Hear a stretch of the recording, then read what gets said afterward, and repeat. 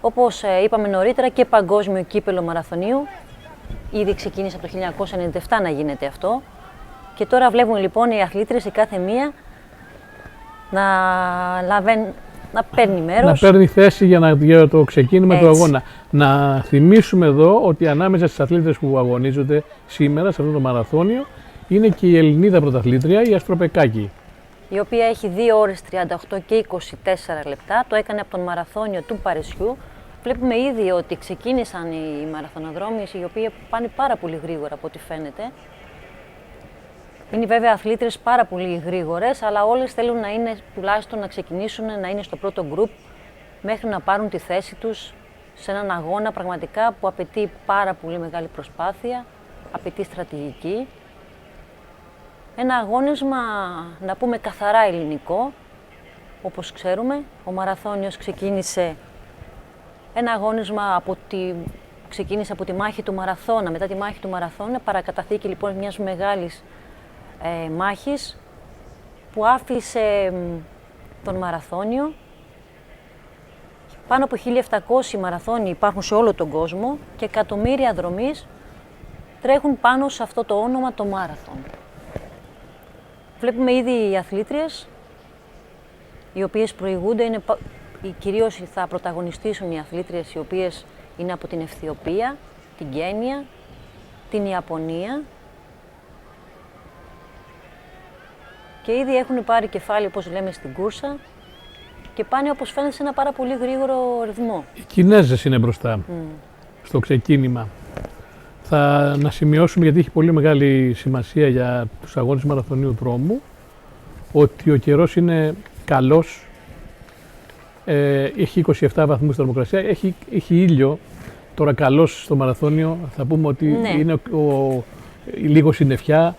Αν είναι και λίγο ψηλή βροχή καμιά φορά, βοηθάει. Αυτό βοηθάει, αλλά αυτή τη στιγμή... Η ζέστη δεν βοηθάει πάντως στο μαραθώνιο. Αυτό είναι σίγουρα, και όπως φαίνεται με 27 βαθμούς θερμοκρασία έχουμε υψηλή θερμοκρασία. Δεν ξέρουμε και δεν μας έχουν δώσει τι υγρασία έχει βέβαια στη Μόσχα αυτή την εποχή και στη σημερινή ημέρα συγκεκριμένα, γιατί ο συνδυασμός θερμοκρασίας-υγρασίας παίζει σημαντικό ρόλο στην εξέλιξη του αγωνίσματος και το πώς συμπεριφέρονται οι αθλήτριες στον αγώνα. Και τώρα βγαίνουν έξω, όπως βλέπουμε, θα τρέξουν πια στην άσφαλτο και θα βλέπουμε πια και όλες τα περάσματα των δρομέων.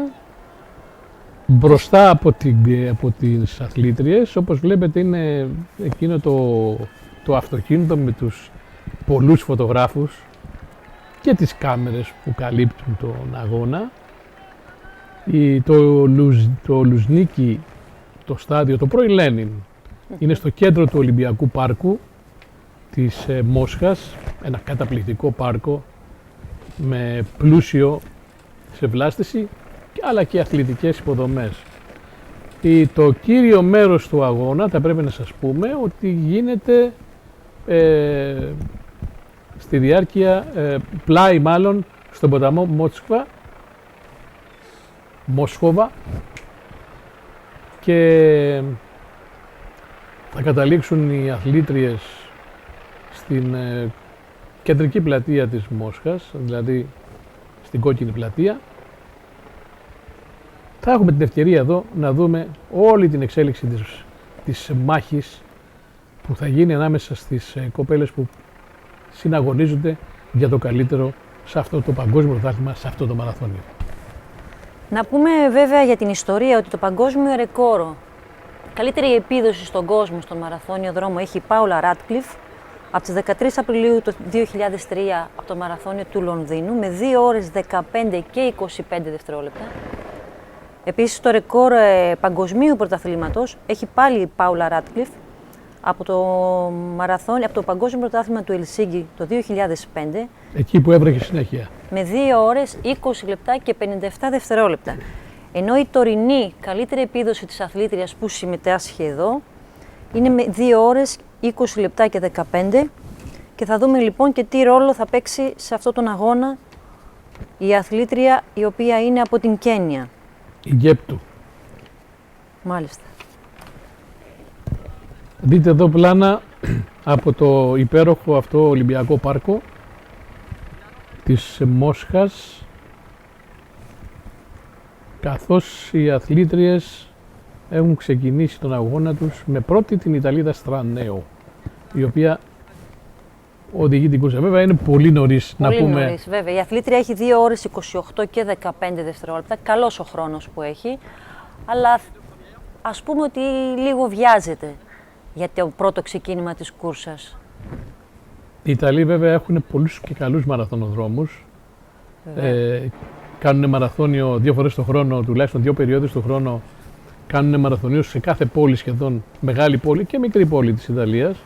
Πάρα πολλοί μαραθώνιοι και πάρα πολλοί άνθρωποι που τρέχουν στην Ιταλία σε αυτή την απόσταση.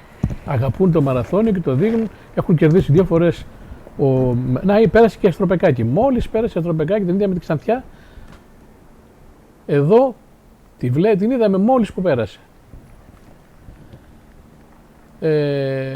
Λέγαμε λοιπόν ότι οι Ιταλοί αγαπούν πάρα πολύ το μαραθώνιο. Έχουν κερδίσει 2 φορές Ολυμπιακούς αγώνες. Με τον Μπορντίν και τον Μπαλντίν. Το 2004. Το 2004 και όχι μόνο το 1988. οι Ιταλοί αγαπούν το μαραθώνιο. Να πούμε ότι παγκόσμια πια ο μαραθώνιος είναι ένα κίνημα το οποίο αναπτύσσεται συνεχώς. Πάνω από 1.700 μαραθώνιοι υπάρχουν σε όλο τον κόσμο. Εκατομμύρια δρομείς τρέχουν πάνω σε αυτό το μεγάλο αγώνισμα, το οποίο ο μαραθώνιος είναι ένας δρόμος έκφρασης της ψυχής και του σώματος. Και πραγματικά βοηθάει πάρα πολύ τον άνθρωπο να βελτιώνεται και να βγαίνουν από μέσα του όλες οι μεγάλες αξίες που έχει πραγματικά ο άνθρωπος. Οι μαραθωνοδρόμοι πρέπει να πούμε ότι είναι ειρηνιστές, και ο μαραθώνιος εκφράζει όλες αυτές τις μεγάλες αξίες, του εφαγωνίζεστε, της ειρήνης, της δημοκρατίας. Και πραγματικά νομίζω όλα αυτά τα χρόνια που έχω τρέξει μαραθωνίους, να πω ότι έχω τρέξει 36 μαραθωνίους έως ώρα στη ζωή μου και έχω δει τελικά ότι αυτό που κυνηγάμε κάθε φορά τρέχοντας ένα μαραθώνιο δεν είναι μόνο η επίδοση, αλλά να νικήσεις και τον ίδιο σου τον εαυτό. Απαιτεί πολύ καλή διατροφή. Κυρίως όμως αυτό που εγώ έχω δει είναι ότι ο μαραθώνιος απαιτεί να έχεις συγκέντρωση, να έχεις καθαρό μυαλό, να κάνεις καλή στρατηγική, να μην βιάζεσαι για να φέρεις το καλύτερο δυνατό αποτέλεσμα την ημέρα που αγωνίζεται. Γιατί αυτό το αγώνισμα πραγματικά, ενώ μπορεί να είσαι σε πάρα πολύ καλή κατάσταση, εντούτοις είναι στιγμές που η μέρα του αγώνα τελικά μπορεί να μην σου βγει η καλή μέρα του αγώνα. Οπότε βλέπουμε αθλήτριες οι οποίες είχαν πολύ καλά ρεκόρ, να βλέπουμε πολλές φορές ή να σταματάνε τον αγώνα ή να μην πλησιάζουν και τα ρεκόρ τους.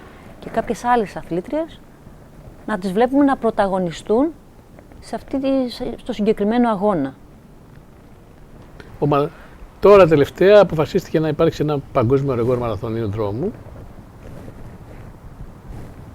Τέλος πάντων δεν ξέρω αν είναι και το σωστό, γιατί πια όλοι τρέχουν σε flat διαδρομές και κάπως έτσι φαίνεται ότι έχει αποφασιστεί να υπάρξει ένα παγκόσμιο ρεκόρ. Καλύτερη επίδοση θα λέγαμε στα 42 χιλιόμετρα 195 μέτρα. Αυτό είναι το σωστό. Αυτό θεωρούσα και εγώ πιο σωστό. Καλύτερη επίδοση που έχει σημειωθεί ποτέ στα 42 χιλιόμετρα 195 μέτρα. Ήδη βλέπουμε εδώ ένα τυχαίο γεγονός.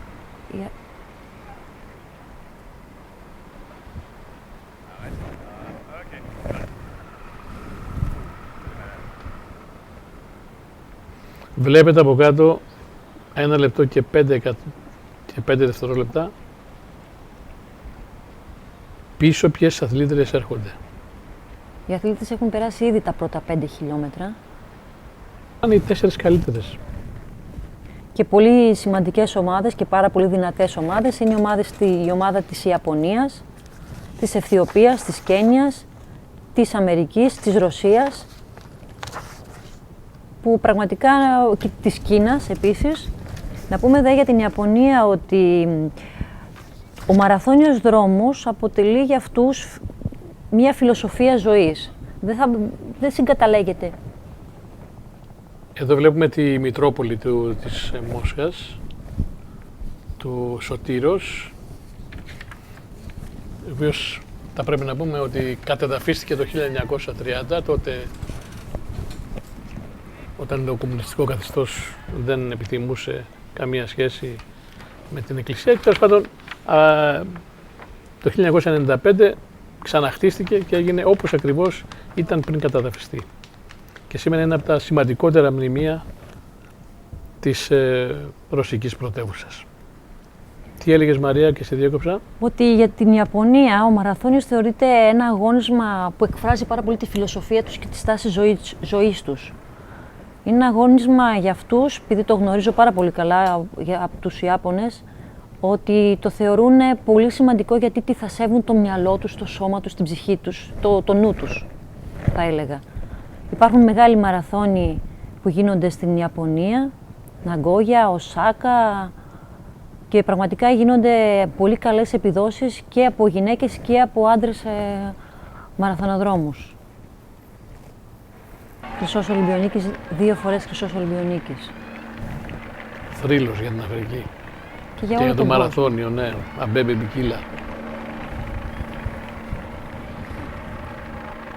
Βλέπουμε και τον κόσμο που χειροκροτεί την προσπάθεια, τη δύσκολη προσπάθεια των μαραθωνοδρόμων.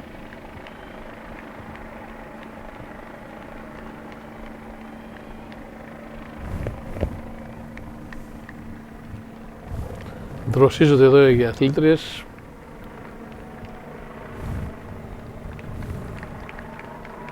Πρέπει να προσθέσουμε ότι κάτι πάρα πολύ σημαντικό για τη χώρα μας και για τον μαραθώνιο βεβαίως, ότι μετά τα παγκόσμια συνέδρια που έγιναν το 2007, το 2008, 2009 και 2010 για τη μάχη του μαραθώνα, ο κόσμος έμαθε πραγματικά από πού προέρχεται ο μαραθώνιος δρόμος, από τη χώρα μας, παρακαταθήκη μιας μεγάλης μάχης. Ενώ εδώ βλέπουμε τα αποτελέσματα. Στο δεκάρι, στα πρώτα 10 χιλιόμετρα. Να δούμε λίγο και την Ελληνίδα πρωταθλήτρια. Αν βγάλει. Πέρασμα, πέρασε. Ενδέκατη βλέπω Ιαπωνέζα.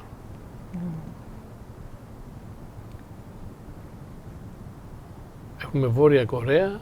Ναι. Και Νότια Κορέα. Νέα Ζηλανδία και Αυστραλία. Μια ακόμα Ιταλίδα. Δεν είδαμε το πέρασμα της Η Ελληνίδα έχει μείνει πιο πίσω. Βλέπουμε το αυτοκίνητο που είναι με το χρονόμετρο, τους φωτογράφους. Το να στηθεί ένας μαραθώνιος σε παγκόσμιο πρωτάθλημα ή Ολυμπιακούς αγώνες ή γενικά μεγάλα πρωταθλήματα σίγουρα δεν είναι εύκολη υπόθεση για πάρα πολλούς λόγους. Τόσο το να γίνει τηλεοπτική κάλυψη, γιατί ο μαραθώνιος πολλές φορές κρύβει και εκπλήξεις. Η αθλήτρια από την Ιταλία ξανά στην πρώτη θέση.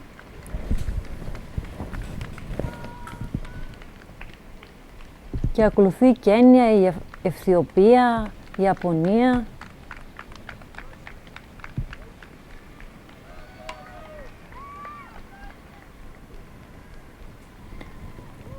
Γενικά τα πιο δύσκολα χιλιόμετρα ενός μαραθωνοδρόμου θεωρούνται από τα 30 χιλιόμετρα και πάνω.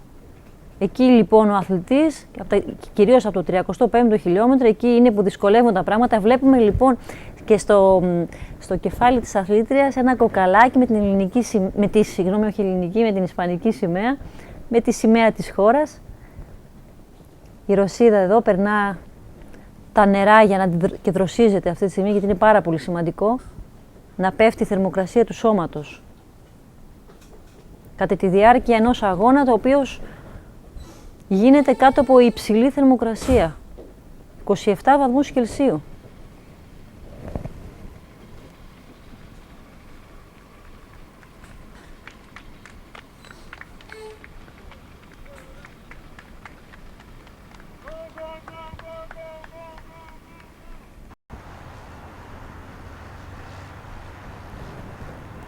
Το half marathon, 1:12 και 58, που σημαίνει ότι πάμε για 2 ώρες και 25 λεπτά.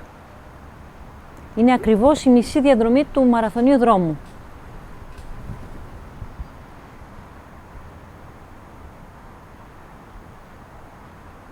Να δούμε λοιπόν αν οι αθλήτες θα μπορέσουν να κρατήσουν μια τέτοια επίδοση στις 2 ώρες και 25 ή αν θα πέσει λίγο ο ρυθμός τους.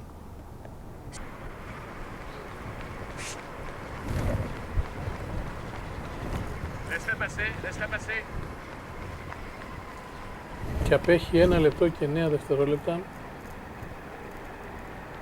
Απήχε μάλλον από την πρώτη αθλήτρια. Οπότε πήγαινε για ένα χρόνο κοντά στο 2 ώρες και 34 τα πρώτα 5 χιλιόμετρα η αθλήτρια, η Αστροπικάκη. Για να δούμε στα 10. Είναι πολύ σημαντικό να το παίρνει σε κάθε σταθμό.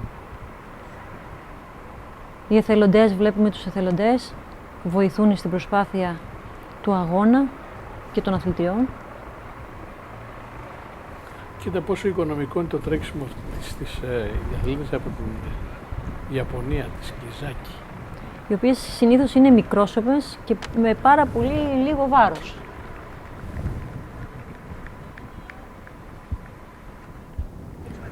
Εδώ βλέπουμε κάτι που πολλές φορές βλέπουμε σε έναν αγώνα μαραθωνίου δρόμου. Είναι η Κινέζα που η οποία φαίνεται ότι ξεκίνησε γρήγορα. Ή μπορεί κάποια κράμπα να έχει πάθει, κάποια θλάση.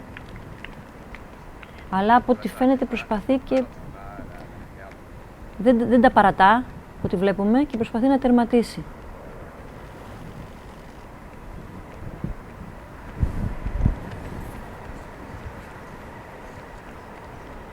Σφουγγάρια λοιπόν. Σε κάθε σταθμό παίρνουν οι αθλητές νερό, σφουγγάρια, προσπαθούν να βραχούν, προσπαθούν να κάνουν ό,τι μπορούν καλύτερο. Ζούλα.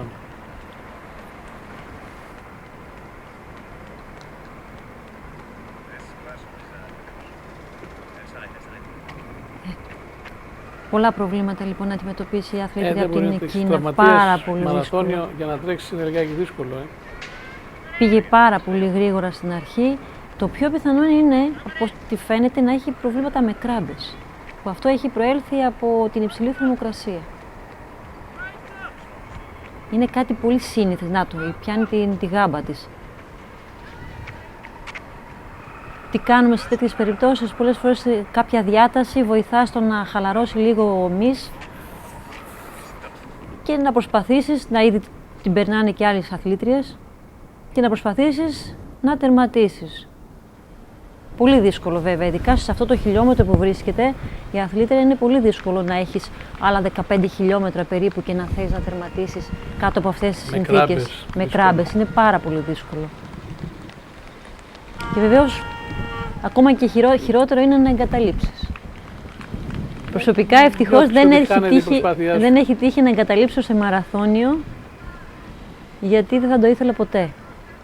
Έχω τερματίσει ακόμα και περπατώντας, αλλά έχω τερματίσει. Αλλά όπως είπαμε και πριν, αλλιώς είναι να τρέχεις σε παγκόσμια πρωταθλήματα, στον μαραθώνιο, και αλλιώς είναι να τρέχεις σε διεθνείς μαραθωνίους. Τώρα η Μελκά μου έβαλε μπροστά τη Φουκούση και κάνει άλλο στυλ αγώνα. Είναι προτιμότερο για εκείνη να δέχει μπροστά της και να προσπαθεί να ελέγξει την κατάσταση, εάν δεν πονέσει το πόδι της, μήπως καταφέρει στο τέλος της κούρσας να περάσει μπροστά. Αυτή είναι η τακτική λοιπόν που κάνουν οι αθλήτες για το ποια θα κερδίσει το τρίτο μετάλλιο. Το ίδιο βλέπουμε να γίνεται και εδώ, ανάμεσα στην πρώτη και στη δεύτερη.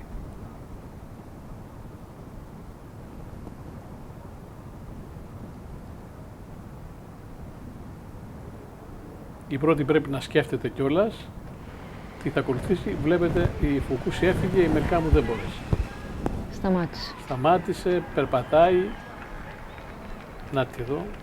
Κρίμα για την αθλήτρια, βρίσκεται περίπου στο 36ο χιλιόμετρο, μόλις 6 χιλιόμετρα πριν τα 42, πριν να τερματίσει ουσιαστικά, και σχεδόν έχει βγάλει την περισσότερη διαδρομή.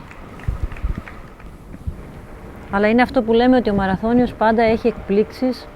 Μέχρι το τέλος. Και εδώ φαίνεται ότι η Ιταλίδα προσπαθεί να ανοίξει το ρυθμό της, προσπαθεί και πιέζει πάρα πολύ να ξεφύγει. Βλέπουμε κάτω την κίτρινη γραμμή, είναι η γραμμή η οποία έχει μετρηθεί από την ΙΑΦ και είναι η γραμμή που ακριβώς έχει μετρηθεί ως 42 χιλιόμετρα 100. Να είμαι τόσο καταπονημένη που να βλέπω τα χιλιόμετρα να είναι πιο μακριά και πιο μεγάλα.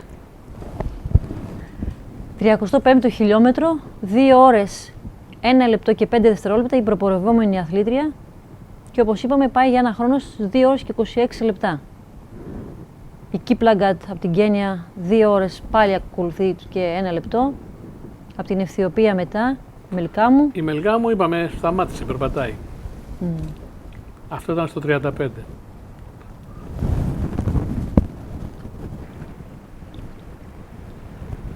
Η Αστροπεκάκη μέχρι το 30 ήταν στην 42η θέση.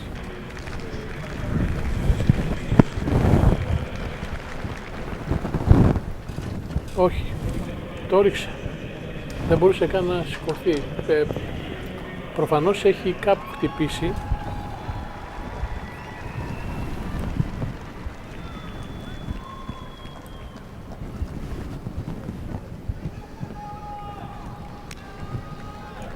Και θα έχει κάνει άκυρες προσπάθειες και με τις 3 άκυρες προσπάθειες σε αυτό το ύψος ο παγκόσμιος πρωταθλητής του Νταεγού, ο αθλητής που κέρδισε το χρυσό μετάλλιο πριν από 2 χρόνια στην Κορέα, δεν μετράει, χάνει το αγώνισμα και μένει έξω από το δέκαθλο. Μεγάλη έκπληξη. Αλλά επιστρέψαμε βέβαια στον μαραθώνιο. Στο μεγάλο αγώνα. Να δούμε τον τερματισμό, τη μεγάλη κούρσα του μαραθωνίου των γυναικών. Δεύτερον, έχει βάλει τον εαυτό της να σκέφτεται τι θα κάνει, ενώ οι από πίσω ακολουθούν απλώς. Η Κίπλαγκατ προσπαθεί τώρα εδώ να περάσει. Για 2 ώρες και 26 λεπτά. Προσπαθεί να βγει μπροστά η αθλήτρια της Κένια. Την κυνηγάει η Ιταλίδα όμως, όπως είδαμε. Και τρίτη εδώ η Ιαπωνέζα.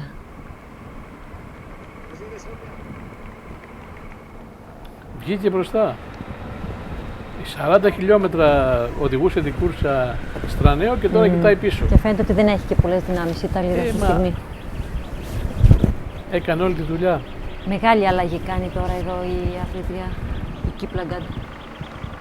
Έκανε όλη τη δουλειά, η Κίπλαγκατ ήταν άνετη, ακολουθούσε από κοντά, δεν έκανε τίποτα παραπάνω, ούτε στρατηγική αυτά που λέμε, ούτε τίποτα άλλο. Το μόνο πράγμα που την ενδιέφερε ήταν να ακολουθεί την πρώτη.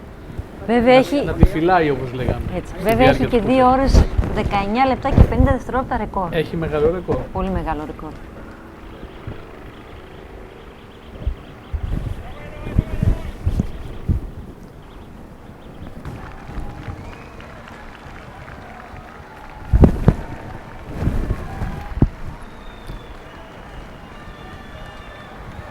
Η Ιταλίδα ακολουθεί, μπαίνει λοιπόν στο Ολυμπιακό στάδιο.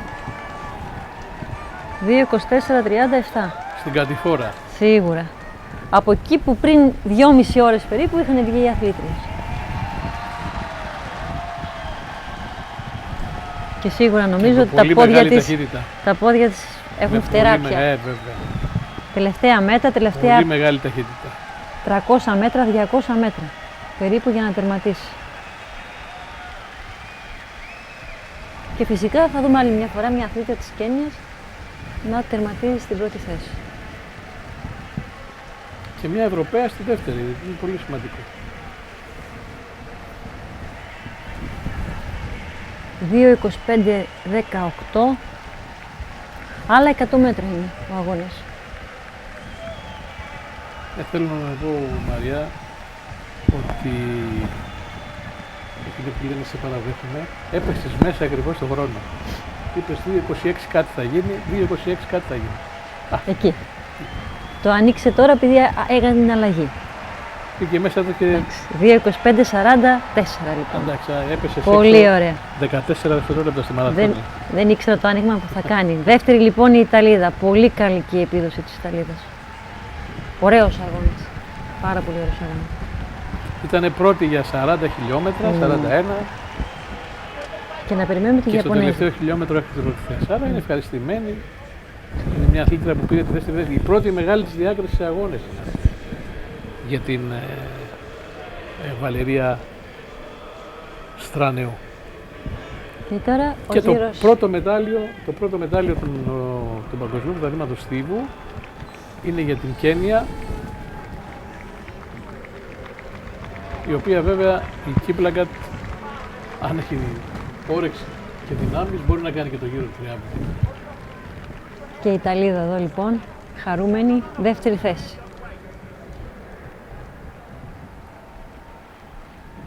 Μπαίνει μέσα η Ιαπωνέζα αθλήτρια.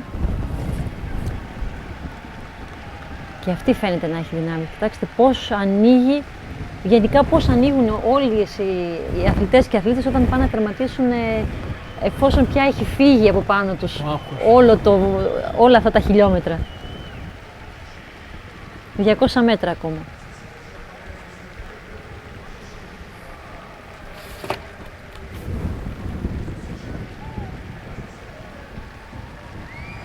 Χαιρετάει τους φίλαθλους, βλέπετε.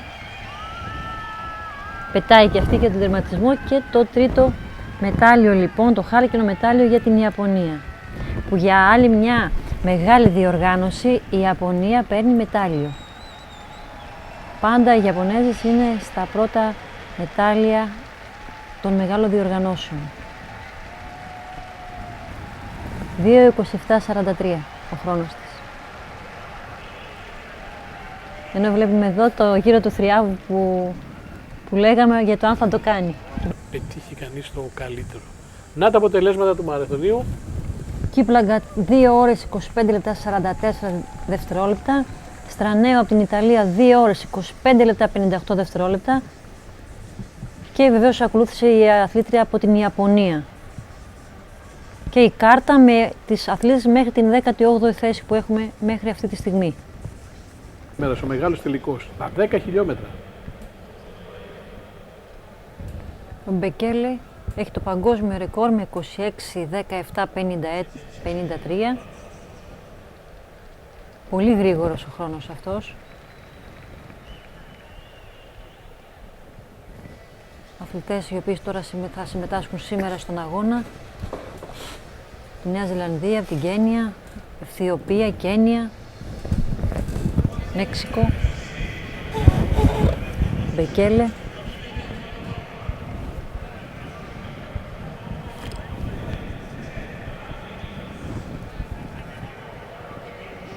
...35 αθλητές λοιπόν.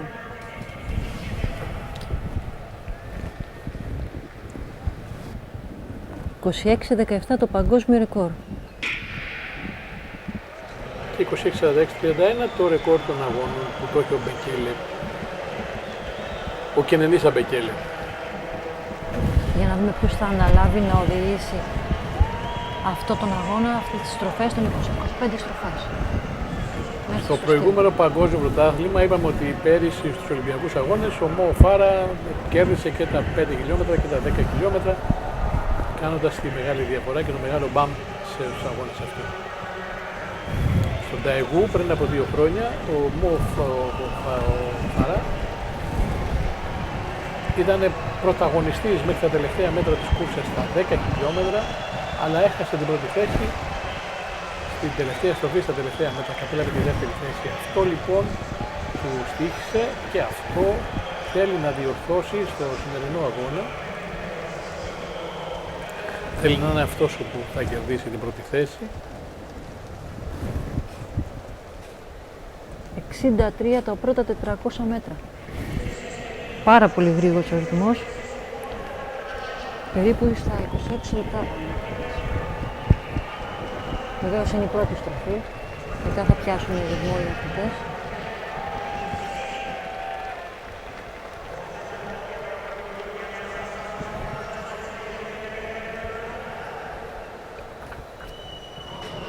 Από την Ουγκάντα, Κένια.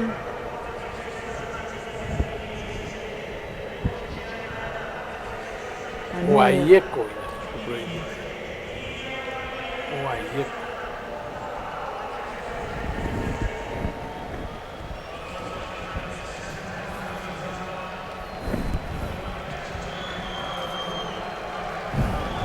Η Αιθιοπία έχει κερδίσει τα περισσότερα με